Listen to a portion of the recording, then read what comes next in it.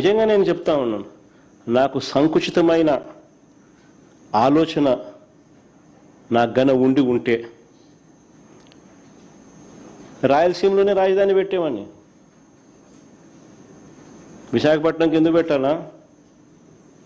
విశాఖపట్నంలో ఎందుకు పెట్టాలా?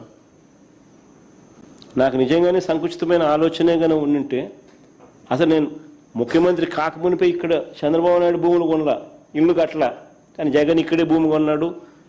ఈ సొంత ఇల్లు, సొంత భూమి నేను కొన్నా.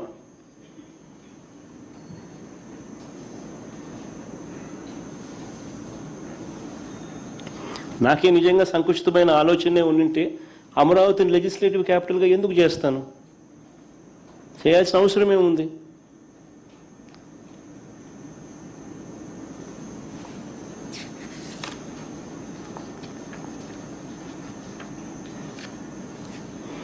ఇవాళ చంద్రబాబు నాయుడు గారు ఎగ్జిక్యూటివ్ క్యాపిటల్గా విశాఖపట్నాన్ని రద్దు చేసినట్టు, ఇవాళ చంద్రబాబు నాయుడు గారు న్యాయ రాజధానిగా కర్నూలు రద్దు చేసినాడు.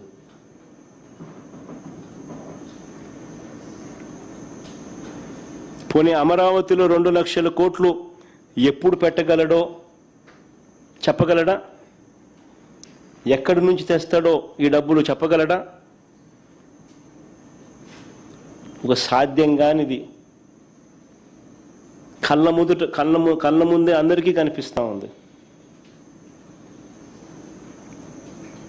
దానికోసం అని చెప్పి ఒక భ్రమ కల్పిస్తూ స్కాములు చేస్తూ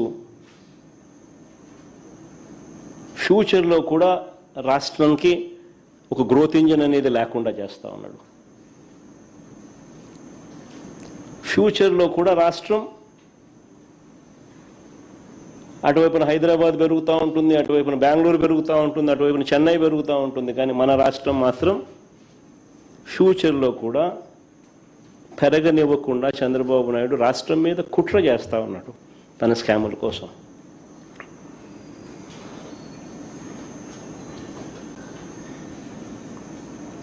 నేను అడుగుతా ఉన్నా, ఒకవైపున ఇన్ని లక్షల కోట్ల రూపాయలు పెట్టడం అసాధ్యమని చెప్పి ఒకవైపున కనిపిస్తూ ఉంటే, మరోవైపు రాష్ట్ర ప్రభుత్వం బాధ్యతగా చేయాల్సిన పనులు,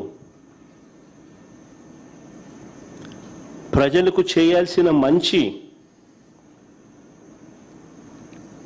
ఇవన్నీ కూడా ఆగిపోతా ఉన్న పరిస్థితులు.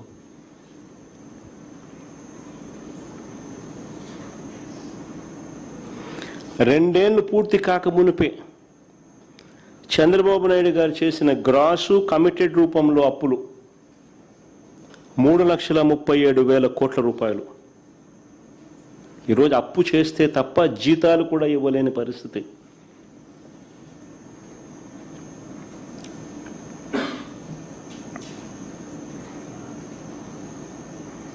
మరి ఇలాంటి పరిస్థితుల్లో 2 లక్షల కోట్లు తెస్తానంటాడు, 2 లక్షల కోట్లతో రాజధాని అంటాడు. ఎప్పుడు డెవలప్ చేస్తాడు? ఈలోగా రైతుల పరిస్థితి ఏమిటి? ఈలోగా అక్క చెల్లెమ్మల పరిస్థితి ఏమిటి? ఈలోగా చదువుతా ఉన్న పిల్లల పరిస్థితి ఏమిటి? ఈలోగా నాడు నేడు పనుల పరిస్థితి ఏమిటి? శిథిలమవుతా ఉన్న స్కూళ్ళు, హాస్పిటళ్ళ పరిస్థితి ఏమిటి? ఆరోగ్యశ్రీ పరిస్థితి ఏమిటి? ఉద్యోగస్తులకు ఇవ్వాల్సిన 36,000 కోట్ల రూపాయల బకాయిల పరిస్థితి ఏమిటి?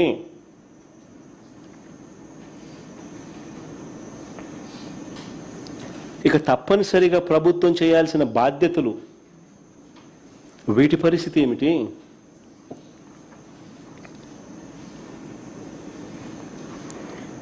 ఒకవేళ పెట్టాలని అయినా చంద్రబాబు నాయుడు గారు రెట్టమట్టంతో అడుగులు ముందుకు వేస్తే, ఇలా పెట్టుకుంటూ పోతే రాష్ట్రం ఏం కావాలి? రాష్ట్ర ప్రజలు ఏం కావాలి? వీళ్ళ సంక్షేమము, అభివృద్ధి ఏం కావాలి? రాష్ట్రానికి సంబంధించిన మిగిలిన బాధ్యతల పరిస్థితి ఏమిటి? మిగతా ప్రాంతాలు ఏం కావాలి?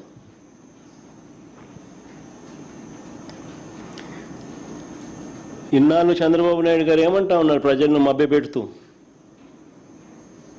అమరావతి సెల్ఫ్ ఫైనాన్స్ ప్రాజెక్ట్ అని ప్రజలను మభ్యపెడుతూ ఇన్ని సంవత్సరాలు అంటా ఉన్న మాటలు. అమరావతి సెల్ఫ్ ఫైనాన్స్ ప్రాజెక్ట్ అని రాష్ట్రంలోని ప్రజలందరినీ కూడా చంద్రబాబు నాయుడు గారు ఇన్ని సంవత్సరాలు మభ్యపెడుతూ వచ్చాడు. నేను అడుగుతా ఉన్నా ఇదే చంద్రబాబు నాయుడు గారిని, అయ్యా చంద్రబాబు నాయుడు గారు, సెల్ఫ్ ఫైనాన్స్ ప్రాజెక్టే అయితే అమరావతి కోసం ఇప్పటికే కమిటెడ్ గ్రాస్ లోన్లు 47,000 కోట్లు ఎందుకు చేస్తున్నట్లు అని అడుగుతా ఉన్నా.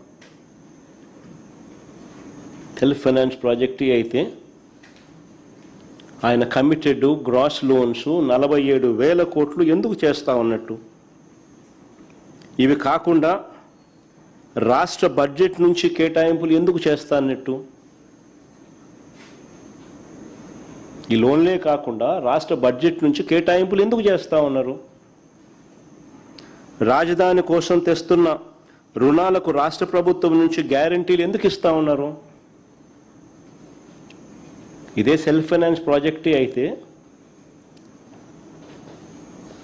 ఎందుకు రాష్ట్ర ప్రభుత్వం నుంచి రాజధాని కోసం తెస్తున్న రుణాలకు రాష్ట్ర ప్రభుత్వం నుంచి గ్యారంటీలు ఎందుకు ఇస్తున్నట్టు?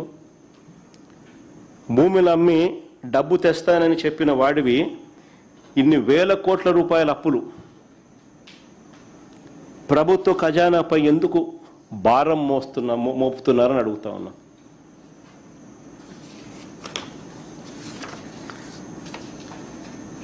చంద్రబాబు నాయుడు గారిని అడుగుతా ఉన్నా, సెల్ఫ్ ఫైనాన్స్ ప్రాజెక్ట్ అని చెప్తా ఉన్నా, మీరు ఇప్పటి వరకు అమ్మిన భూములు ఎన్ని? నీ విజనరీ ఆలోచనల ద్వారా అమరావతి ప్రాజెక్ట్ నుంచి ఇప్పటి వరకు ఎంత డబ్బులు వచ్చినాయి? వచ్చిన డబ్బులు ఎంత? తన స్కాముల కోసం అమరావతి పేరు చెప్పి చంద్రబాబు అప్పులు తెచ్చి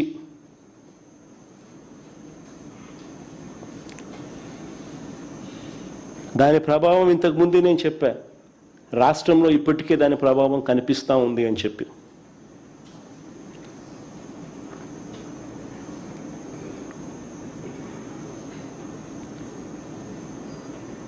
నాయుడు గారికి చెప్తా ఉన్నా, సరే మేము ప్రాక్టికల్గా చేసిన ఆలోచన మీకు నచ్చలా, ఓకే ఫైన్. మేము చాలా ప్రాక్టికల్గా ప్రజల బాగోగుల కోసం, రాష్ట్రానికి మంచి కోసం మేము చేసిన ఆలోచనలు మీకు నచ్చలా. పోనీ మేము ప్లాన్ బి ఇచ్చినాం, నేను చేసిన ప్లాన్ ఏ మీకు నచ్చలా, పోనీ ప్లాన్ బి మేము మీకు ఇచ్చాం కదా, ప్లాన్ బి కింద మేము చెప్పిన ప్లాన్ గురించి ఆలోచించారా?